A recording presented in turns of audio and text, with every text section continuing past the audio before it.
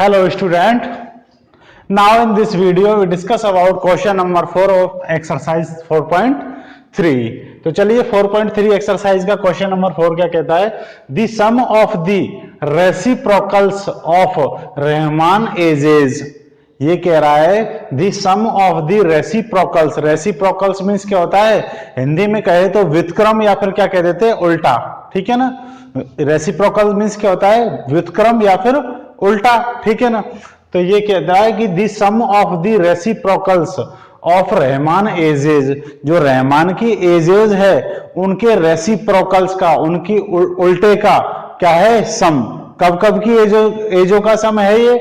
3 years ago and 5 years from now is 1/3। ये कह रहा है 3 years ago जो रहमान की एज थी उसका रेसिप्रोकल, और 5 year from now और अब से 5 साल बाद में जो एज थी रहमान की, अब से 5 साल बाद में जो एज होगी रहमान की, उन दोनों एजों का जो रेसिप्रोकल है, उन दोनों एजों का जो उल्टा है, ठीक है ना, व्युत्क्रम है, उनका सम कितना है? 1/3 है। तो ये कह रहा है फाइंड हिज प्रेजेंट एज।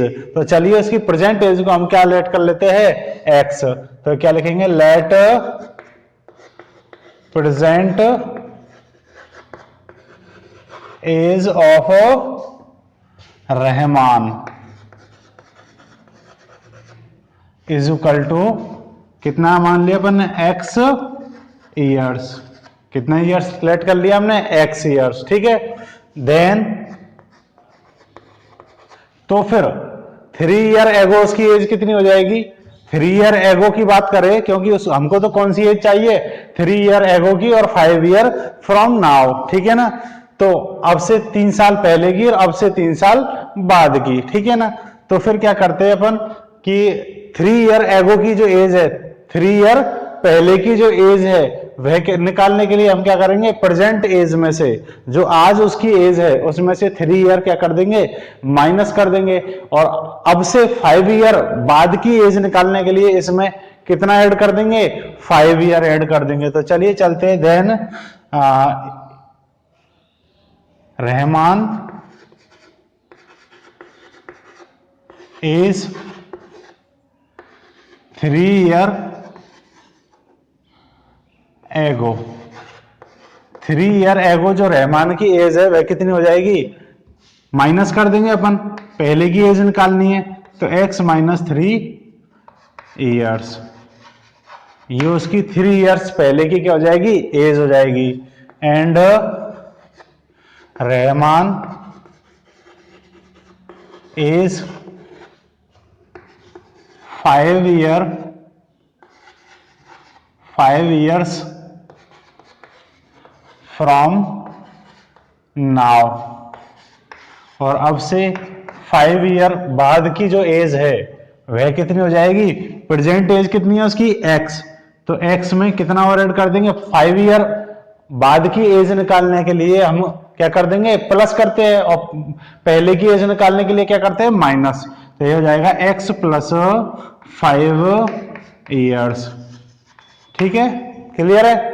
अब अकॉर्डिंग टू क्वेश्चन चले हम। अकॉर्डिंग टू क्वेश्चन, क्वेश्चन क्या कहता है हमारा? क्वेश्चन ये कहता है कि अब से 3 year पहले की और अब से 3 year बाद की जो एज है उनके रेसिप्रोकल्स का सम, उनके व्युत्क्रमों का सम कितना है? 1/3 है। इट मींस 3 year पहले की एज कितनी है? x - 3, ठीक है ना। इसका रेसिप्रोकल कितना हो जाएगा? 1/x - 3, ठीक है ना। उल्टा यही होगा ना, रेसिप्रोकल्स व्युत्क्रम प्लस, ठीक है ना। क्यों? रेसिप्रोकल्स कैसे निकालते हैं? उसको जस्ट क्या कर देते हैं? रिवर्स कर देते हैं। न्यूमरेटर को डिनोमिनेटर और डिनोमिनेटर को क्या बनाते हैं? न्यूमरेटर। जैसे ये मान लीजिए अभी यहां x - 3 था, ठीक है ना।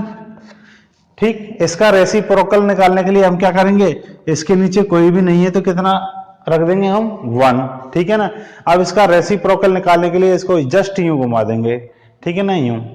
डिनोमिनेटर क्या बन जाएगा? न्यूमरेटर, और न्यूमरेटर क्या बन जाएगा? डिनोमिनेटर। तो इस तरीके से हम क्या निकाल लेते हैं? रेसिप्रोकल्स फाइंड आउट कर लेते हैं, ठीक है।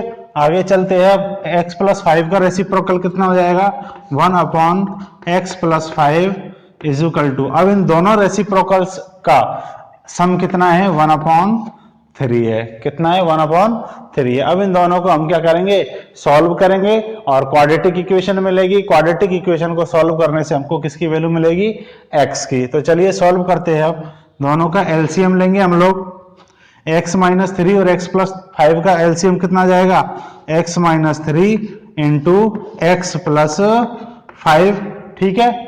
इसका और इसका एलसीएम ये आ जाएगा। अब फर्स्ट डिनोमिनेटर का एलसीएम में क्या करेंगे, डिवाइड करेंगे। तो x माइनस 3 का इस एलसीएम में डिवाइड करेंगे तो x माइनस 3 से x माइनस 3 कैंसिल हो जाएगा और रहेगा क्या, x प्लस 5। इस x प्लस 5 को किससे मल्टीप्लाई करेंगे, न्यूमरेटर से। न्यूमरेटर कौन है हमारा, 1। तो x प्लस 5 को 1 से मल्टीप्लाई करेंगे तो वापस कौन आ जाएगा, x प्लस 5 ही आ जाएगा। बीच में किसका साइन है, प्लस का, इसको एज इट इज रख देंगे। अब वापस अब सेकेंड डिनोमिनेटर का इस एलसीएम में डिवाइड करेंगे। x प्लस 5 का इसमें एलसीएम में जब डिवाइड करेंगे तो आप देखो, जब हम नीचे x प्लस 5 रख के डिवाइड करेंगे तो x प्लस 5 से x प्लस 5 कैंसिल हो जाएगा। तो क्या रहेगा, x माइनस 3, और इस x माइनस 3 का 1 से मल्टीप्लाई करेंगे तो अगेन क्या आ जाएगा, x माइनस 3 ही आएगा। तो 1/3 क्लियर है। इसको सॉल्व कर लेते हैं ऊपर वाले को, ठीक है ना। तो क्या होगा, x ब्रैकेट ओपन कर लेते हैं इनके, x प्लस 5, ठीक है ना। इसके ब्रैकेट के बाहर प्लस का साइन है तो कोई साइन चेंज नहीं होगा, तो x माइनस 3, ठीक है, क्लियर है। अब चलते हैं इन दोनों को क्या कर लेते हैं, मल्टीप्लाई कर लेते हैं, ठीक है ना। तो x को x से मल्टीप्लाई करेंगे तो कितना आएगा, x स्क्वायर, ठीक है ना। x into x, x square. फिर किससे मल्टीप्लाई करेंगे, x को 5 से, ठीक है। साइन किसका आएगा, यह प्लस किसका साइन आ जाएगा, प्लस का। x इंटू 5, 5x, ठीक। फिर किसको मल्टीप्लाई करेंगे, -3 को। -3 को सबसे पहले किससे करेंगे, x से। दोनों के साइन डिफरेंट है तो किसका साइन आएगा, माइनस का। 3 इंटू एक्स कितना हो गया, 3x, ठीक है। फिर -3 को किससे मल्टीप्लाई करेंगे, प्लस के 5 से। माइनस प्लस किसका आ गया, -3 इंटू 5 कितना हो गया, 15, क्लियर है। मल्टीप्लाई हो गया नीचे वाला। अब इक्वल टू में कितना है, 1/3। यहां देखिए आप x और x दोनों प्लस के हैं तो x और x कितने x हो गए ऊपर, 2x, ठीक है ना, क्लियर है। एक x तो ये रहा, एक x ये रहा, कितने x हो गए, 2x। प्लस के 5 में से -3 हो जाएगा तो प्लस के कितने रहेंगे, 2, क्लियर है। आगे चले हम तो यह हो जाएगा अपना x स्क्वायर प्लस के 5x और माइनस के 3x। प्लस के 5x में से माइनस के 3x हो जाएंगे तो प्लस के कितने बचेंगे, 2x, ठीक है ना। -15 इज इक्वल टू 1/3, ठीक है। अब क्या करना है हमको कि क्रॉस मल्टीप्लाई कर लेंगे हम, ठीक है ना। क्या कर लेंगे, क्रॉस मल्टीप्लाई। ऊपर अब केवल 2 ही टर्म रही है, इनको किस में बंद कर लेंगे, दोनों टर्मों को ब्रैकेट में। तो अब क्या कर लेते हैं हम, क्रॉस मल्टीप्लीकेशन कर लेते हैं। तो चलिए करते हैं y, यहां देखिए यहां भी एक सिंगल अपॉन का साइन है और यहां भी सिंगल अपॉन का साइन है। तो जब दोनों तरफ सिंगल अपॉन का साइन हो तो आप क्या कर सकते हो, क्रॉस मल्टीप्लीकेशन कर सकते हो। तो y cross multiplication, cross multiplication जब करेंगे तो आपको दिख रहा है क्या कि ये दोनों मल्टीप्लाई हो जाएंगे और ये दोनों मल्टीप्लाई हो जाएंगे। तो पहले हम उस वाले को मल्टीप्लाई कर लेते हैं जिसमें एक्स स्क्वायर वाली क्या आ रही है, टर्म आ रही है। तो किस में आ रही है, इसको। तो पहले इन दोनों को मल्टीप्लाई कर लेंगे, फिर इक्वल टू के बाद में इन दोनों को मल्टीप्लाई कर लेंगे। आप चाहो तो इन दोनों को भी पहले मल्टीप्लाई कर सकते हो, ठीक है ना। आप अपनी सुविधा की दृष्टि से किस तरीके से भी मल्टीप्लाई कर सकते हो, बशर्ते कि क्रॉस मल्टीप्लीकेशन होना चाहिए। This and this equal to this and this, ठीक है ना। तो सबसे पहले हम इसको इससे मल्टीप्लाई करेंगे तो ये जो टर्म है, ये जो वैल्यू है, इसको 1 से मल्टीप्लाई करेंगे तो पूरी वापस ये ही आ जाएगा। तो क्या आएगा, x square plus 2x minus 15 is equal to 3 को इससे मल्टीप्लाई करेंगे तो देखिए 3 ब्रैकेट 2x प्लस 2, ठीक है ना। 3 को किससे मल्टीप्लाई करेंगे 2x प्लस 2 से। अब क्या करेंगे, इसको सॉल्व कर लेंगे और इसको पूरे को किधर ले आएंगे, LHS में ले आएंगे। तो चलिए चलते हैं तो x square plus 2x minus 15 is equal to 3 को इस पूरे ब्रैकेट से मल्टीप्लाई करेंगे, 3 2 जा 6x प्लस 3 2 जा 6, ठीक है ना। इसको LHS में लेके आ जाते हैं हम ट्रांसपोजिशन से, तो यह हो जाएगा x स्क्वायर प्लस 2x, ठीक है ना, x स्क्वायर प्लस 2x। इसको प्लस की टर्म को इधर लेके आएंगे तो यह किसकी हो जाएगी, माइनस की। एक साथ लिख देते हैं दोनों x की टर्मों को, ठीक है ना, कैलकुलेशन इजी हो जाएगी। अब ये माइनस का 15 है, इधर से ये प्लस का है, ये भी इधर आके किसका हो जाएगा, माइनस का, इज इक्वल टू में कितना रहेगा 0। तो यह आ जाएगा हमारे पास में x स्क्वायर, ठीक है, प्लस के 2x है, माइनस के 6x है, सब्ट्रैक्ट नहीं होंगे तो फिर माइनस का कितना बचेगा 4x, ठीक है। इधर माइनस के 15 और माइनस के 6, माइनस के कितने हो जाएंगे 21 इज इक्वल टू 0। यह आ गई हमारे पास में क्वाड्रेटिक इक्वेशन। अब इस क्वाड्रेटिक इक्वेशन के क्या क्या निकालने हैं, हमको सॉल्यूशन से निकालने हैं, ठीक है ना। तो हम कौन सा मेथड यूज में ले लेते हैं, क्वाड्रेटिक फॉर्मूला, ठीक है ना। तो y यहां पर आपको पता है a की वैल्यू कितनी है, कितनी है, a की वैल्यू 1, ठीक है ना, और b की वैल्यू कितनी है -4, और c की वैल्यू कितनी है -21, ठीक है। तो क्या होगा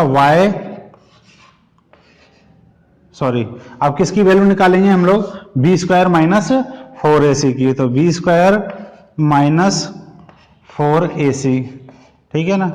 now b square minus 4ac की वैल्यू निकालते हैं तो b की वैल्यू कितनी है -4 का क्या कर देंगे स्क्वायर, फिर -4 इंटू a की वैल्यू कितनी है 1, इंटू c की वैल्यू कितनी है -21। तो चलिए करते हैं, -4 का स्क्वायर करेंगे तो प्लस के कितने आएंगे 16, क्यों, क्योंकि किसी भी माइनस वाली टर्म का स्क्वायर करते हैं तो किसका साइन आता है, प्लस का। इनको मल्टीप्लाई करिए, अब देखिए आप बताइए मुझे, ये -4 इंटू +1, ठीक है ना, इन दोनों को मल्टीप्लाई करेंगे तो ये माइनस का है, ये प्लस का है, किसका साइन आएगा, माइनस का। 4 इंटू 1 कितना हो गया 4। अब इस -4 को किससे मल्टीप्लाई करेंगे, माइनस के 21 से। आपको पता है यह भी माइनस वाली टर्म है, यह भी माइनस वाली टर्म है, दोनों का साइन कैसा है, सेम। तो फिर हम क्या करेंगे, दोनों का साइन सेम है तो किसका साइन आएगा, प्लस का। और 4 इंटू 21 कितना हो जाता है 84, ठीक है। तो कितनी वैल्यू आई है, ये तो हो गया अपना 16 प्लस कितना आएगा 84, ठीक है। आगे चलते हैं, इन दोनों को ऐड करते हैं तो कितना आ जाता है हमारा 100।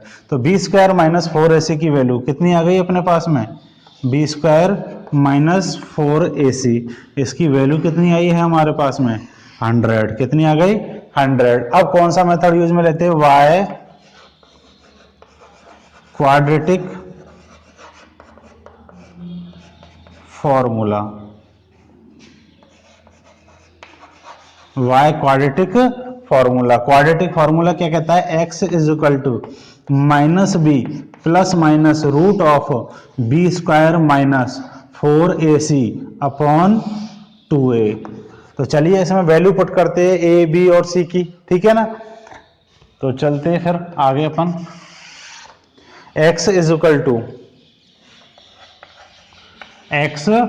इक्वल टू किसकी वैल्यू है, माइनस का साइन है, ये लगा दिया, ठीक है ना। अब b की वैल्यू कितनी है -4, तो दोनों माइनस एक साथ तो आ नहीं सकते, तो इसको किसमें बंद कर देंगे, ब्रैकेट में, -4 plus minus root of b square minus 4ac, b square minus 4ac की वैल्यू कितनी है 100, ठीक है ना, अपॉन 2 इंटू a की वैल्यू कितनी है a की वैल्यू 1, ठीक है ना। तो इसको जब सॉल्व करेंगे तो माइनस इंटू माइनस किसका हो जाएगा, प्लस का, तो ये हो जाएगा 4 प्लस माइनस 100 की वैल्यू कितनी आएगी, 100 किसका स्क्वायर होता है 10 का, तो इसका स्क्वायर रूट कितना आ जाएगा 10 अपॉन 2 इंटू 1 कितना हो गया 2, ठीक है ना। किसकी वैल्यू आ गई है हमारे पास में, x की आई है। अब एक बार प्लस का साइन लेंगे और एक बार किसका लेंगे माइनस का, तो चलिए लेते हैं और x इज इक्वल टू, एक बार प्लस का साइन लेंगे तो 4 प्लस 10 अपॉन 2 आ जाएगा, कॉमा, ठीक है ना। एक बार किसका लेंगे माइनस का, तो 4 माइनस 10 अपॉन 2 वैल्यूज आ गई हमारे पास में, इनको सॉल्व करेंगे।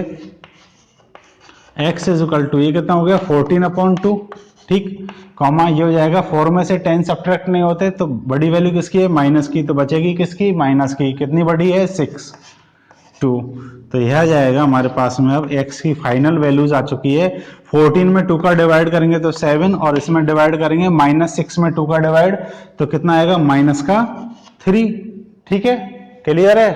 अब x की वैल्यू कितनी आ गई 7 और x है क्या है प्रेजेंट एज ऑफ रहमान, तो मुझे बताइए क्या प्रेजेंट एज या फिर यूं कह दे एज क्या नेगेटिव में हो सकती है क्या। आपने कभी नहीं सुना होगा कि मेरी एज -2 ईयर है, मेरी एज -20 ईयर है, ऐसा कभी भी पॉसिबल नहीं हो सकता क्योंकि एज कभी भी नेगेटिव नहीं हो सकती। तो क्या लिखेंगे सिंस, क्योंकि इसको रिजेक्ट करना पड़ेगा फिर, since age can not be possible in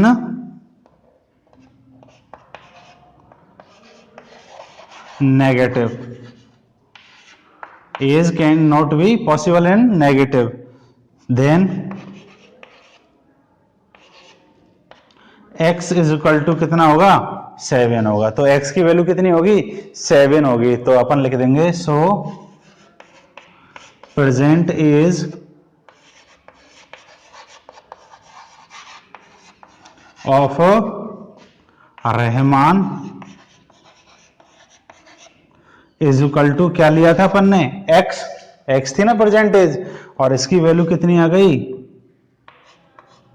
x year थी, ठीक है ना, इज इक्वल टू कितना है x की वैल्यू 7, तो कितना आ जाएगा 7 ईयर्स, कितने ईयर्स आ जाएगा 7 ईयर्स आ जाएगी उसकी एज, ठीक है स्टूडेंट्स। तो इस वीडियो के साथ में आपका क्वेश्चन नंबर 4 क्या होता है कंप्लीट होता है। Now come to the next question, question number 5th। So thank you for watching this video.